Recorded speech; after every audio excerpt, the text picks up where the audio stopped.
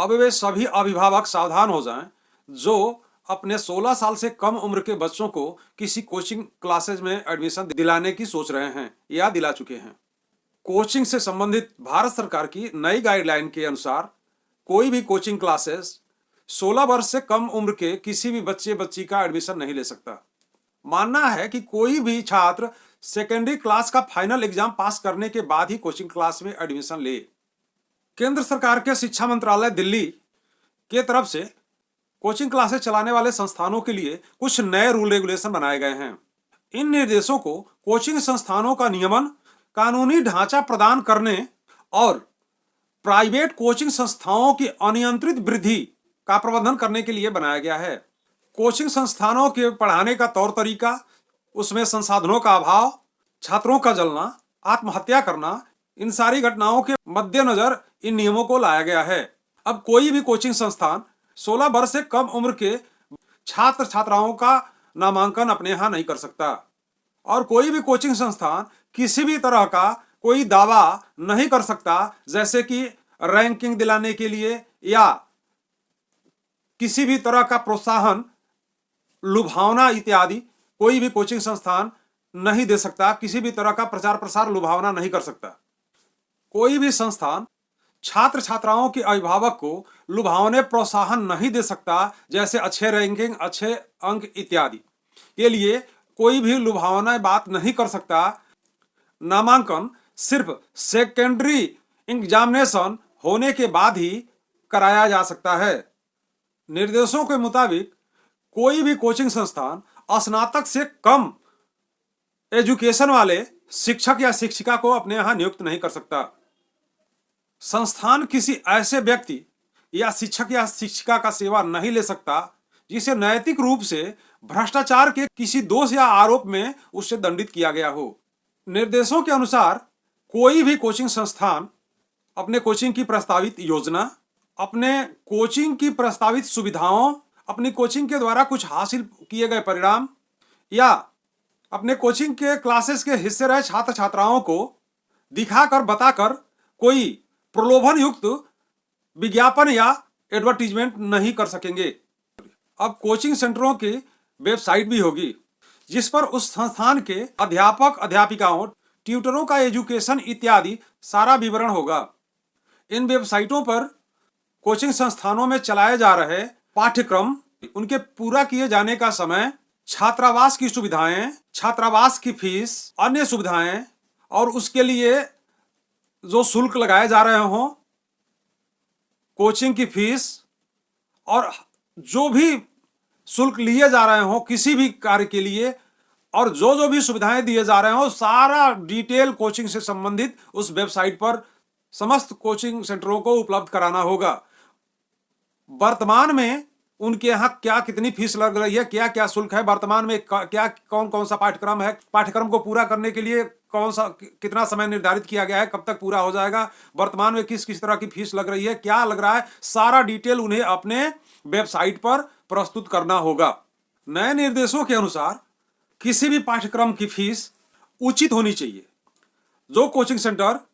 जो कोचिंग संस्थान मनमाना ढंग से बहुत ज्यादा फीस के नाम पे या किसी सुविधा के नाम पे पैसा लगाते हैं, पैसा वसूलते हैं, तो उन पर आर्थिक दंड तो निर्धारित किया ही जाएगा, लाखों रुपए तक आर्थिक दंड लगाया जा सकता है। साथ ही उन कोचिंग संस्थाओं का जो रजिस्ट्रेशन है वह रद्द कर दिया जाएगा और सभी कोचिंग संस्थानों का, सभी कोचिंग सेंटरों का जो ये समय, जिस समय से ये नियम लागू हुआ है उसके 3 महीने के अंदर रजिस्ट्रेशन करा दिया जाना जरूरी होगा। पुराने कोचिंग संस्थान हो या नए हो, सभी कोचिंग सेंटरों को, कोचिंग संस्थानों को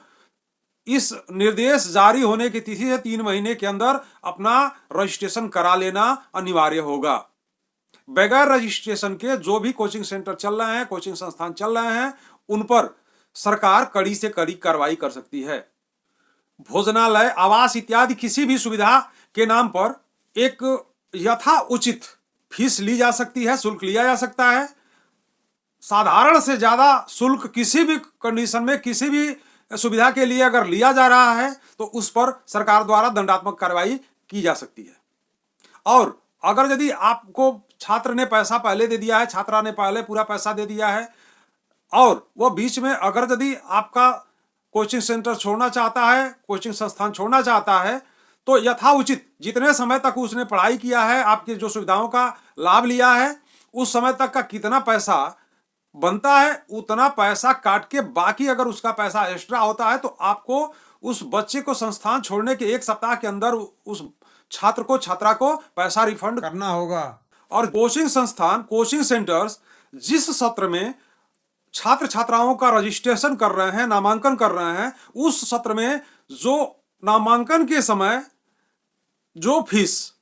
या जो भी सुविधा शुल्क, जो कुछ भी हॉस्टल शुल्क है, भोजनालय शुल्क है, जो कुछ भी किसी भी तरह का शुल्क वो उस समय जो निर्धारित कर चुके हैं,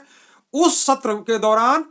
वही लेंगे, उससे अधिक वो नहीं ले सकते हैं, उसमें बढ़ोतरी किसी भी तरह का नहीं कर सकते हैं। या नामांकन कराते समय जिन शुल्कों का जिक्र किया गया है उसके अतिरिक्त किसी अन्य शुल्क आप उस सत्र के दौरान नहीं ले सकते हैं। और जो भी शुल्क आप लेंगे उसका सारा डिटेल रखेंगे और उस शुल्क का रसीद आप काटेंगे बकायदा। और जो भी संस्थान से संबंधित जो भी डॉक्यूमेंट है और संस्थान के द्वारा, कोचिंग सेंटर के द्वारा, कोचिंग संस्थान के द्वारा जो भी गतिविधि की जा रही है, सारी डिटेल लिखित में चाहिए, आपके वेबसाइट पे चाहिए। और जो छात्र छात्राएं आपके वहां अपना नामांकन कराए हैं उनसे संबंधित जो भी पैसा लिया जा रहा है, चाहे वो किसी भी मद का हो, उसका रसीद आपको काट के देना होगा, अन्यथा लाखों रुपए तक आपके ऊपर जुर्माना भी लगाया जाएगा और साथ में आपके कोचिंग संस्थान का, आपके कोचिंग सेंटर का रजिस्ट्रेशन भी रद्द कर दिया जाएगा। अब जो लोग भी कोचिंग कार्यक्रम से जुड़े हुए हैं, ट्यूटर कार्यक्रम से जुड़े हुए हैं, चाहे वो कोचिंग कर रहे हो, कोचिंग संस्थान वाले हों, कोचिंग सेंटर वाले हों, या कोचिंग सेंटरों में पढ़ा रहे व्यक्ति हों, या जो कोचिंग ले रहे छात्र छात्राएं हैं, या कोचिंग ले रहे छात्र छात्राओं के अभिभावक हों, माता पिता हों, इन जो नए नियम आए हैं इन सभी नियमों को देखना समझना उनके लिए एकदम कंपलसरी है। और ये गवर्नमेंट के वेबसाइट पर, गाइडलाइन पर ये सारी चीजें उपलब्ध हैं। आप लोग इस सारी चीजों को देखें, समझें और फिर उस तरह के अपनी योजना बनाएं कि जो बच्चे कोचिंग लेने जा रहे हैं वो 16 साल के हैं नहीं हैं, वो किस कोचिंग संस्थान में जा रहे हैं, किस कोचिंग सेंटर में जा रहे हैं, वहाँ रजिस्ट्रेशन है कि नहीं है, ये सारी पारदर्शिता वहाँ है कि नहीं है, वहाँ जो ट्यूटर रखे गए हैं, जो स्टाफ रखे गए हैं, इस गाइडलाइन के फॉलो करते हुए रखे गए हैं, नहीं रखे गए हैं। अगर ये सारी चीज़ें नहीं हैं तो जिस समय वो उसका जांच हुआ और वो गाइडलाइन को फॉलो करने वाला संस्थान नहीं मिला, वो बंद कर दिया जाएगा। उस पर जो चला रहे लोग हैं, जो वहाँ के स्टाफ हैं, सबको जो दंडित किया जाएगा। फिर आपका बच्चा बीच समय में ही वहाँ से हटने को मजबूर हो जाएगा। जब वहाँ कोचिंग हो नहीं रहा होगा तो वो बच्चा कहाँ जाएगा, क्या होगा, बीच समय में छोड़ना पड़ेगा उसे। तो ये सारी चीज़ों को देखने समझने के बाद आप लोग अपने बच्चों को कोचिंग संस्थानों, कोचिंग सेंटरों में भेजें।